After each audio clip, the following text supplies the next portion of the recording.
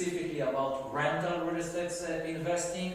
I'm excited to be here with Lisa's. She's going to give us a lot of information today. I call her the real estate encyclopedia, and you're going to learn a lot from her. So Lisa, thank you for joining us today. My pleasure. Great. So I want really to start and talk in this video about the first step when an owner is being, let's say, introduced or start working with the property management. Let's say the kind of getting started, setup activities. Can you talk a bit about that? I'm talking about or setting up of owner portal, logging in, property management agreement, all kinds of these first setup things that the investor should know and important for him to be aware of when we begin. Excellent. At the time of the purchase, I'm given the LEY that tells me that I have a new owner that's buying the property, and I usually have that information before it closes. So I'm already pre-prepping to put together a property management agreement with the terms of the management agreement laid out. I then create an owner portal with the information that I have from the LEY.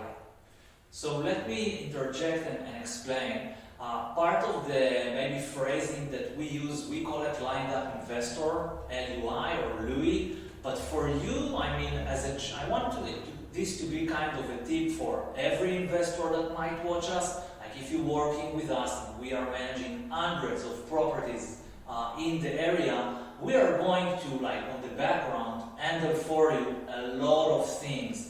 But what is important for you to be aware is that when you start doing like real estate investing and you're actually buying a property, before you close on the property, you want to be in touch with property management because you don't want to be surprised with the property management agreement, and you also want to set up your owner portal before you close on a property, because then you can start doing activities that we'll explain, like setting up utilities, etc. Right. So you actually need property management services right about when you close on the property. So to allow that, you need to prep first and create the infrastructure and get everything set up with property management before you close on the property.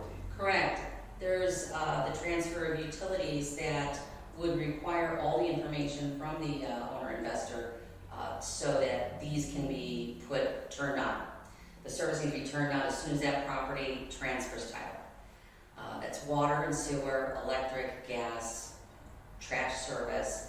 So those items we would need to make sure that the owner's information is collected so we can handle those smoothly without any hiccups. So we understood why it is important to set up, even before you close on the property, what is the right time to approach and really make sure that you set up everything with property management that you already pre-vetted beforehand. So what would be kind of the checkboxes to say, okay, setup is over? It would be like you mentioned, property management agreement in place. Correct. Investor is getting an email, right, from property management with the login access to the owner portal. Exactly.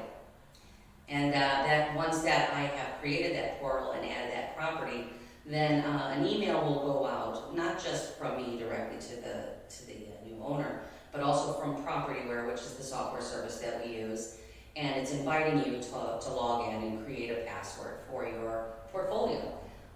Sometimes this goes to the junk mail because a lot of people are not expecting a software to send an invite.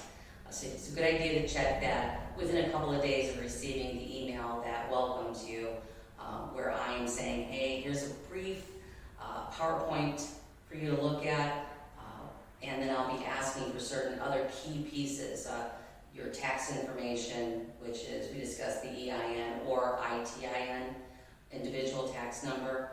Those are the important numbers for us to get the utilities on and make sure, and it also plays a significant part at year-end tax reporting. Yeah, and that's part of the property management taking care of your interest. There are other forms like the W-9 or W-7, correct? Correct. So all of these things are part of things that are being proactively triggered by property management, and it's important for you to be aware, because sometimes, Lisa, as you mentioned, it might go to the junk. So just check like propertyware and all of your email inboxes. And if you see that, okay, I signed a property management agreement, but I'm not seeing communication, then it's important. I think the takeaway we want to have with this getting started video with property management, for you to be proactive and say, hey, I did not find yet my login email, I checked all my inboxes, and then, property management can be prompted to proactively send this to you. Yeah, and if it has, maybe this is where we find that we don't have a correct email address, or any small thing, or you've gone to the junk mail, we can resend that out to you, no problem. And then if you have any trouble logging in, we will talk to you. We'll talk to you on the phone, guide you through it.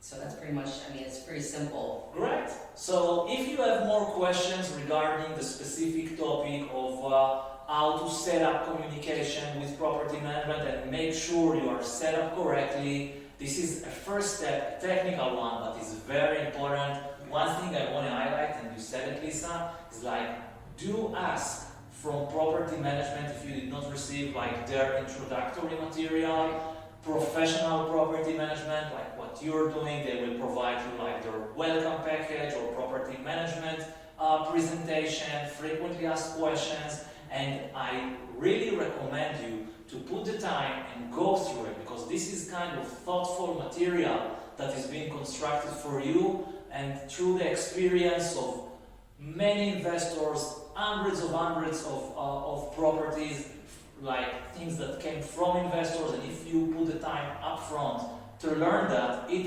is going to save you time and efforts, and honestly even frustrations down the road, because you know what to expect and how things work. Correct. The next item then would be the maintenance reserve. This is actually put into your closing documents most of the time. So before we go to the next topic, I just want to wrap this one. If you have more questions related to the first stage of the setup before we continue to ongoing management, please put it here in the comments, and we would love to make this a resource for you for every item that relates to setup and getting started. We will put it here, so do comment, do ask questions, and we will put it here for you. I hope you enjoy this material, and we wish you all the best of luck in your real estate investment.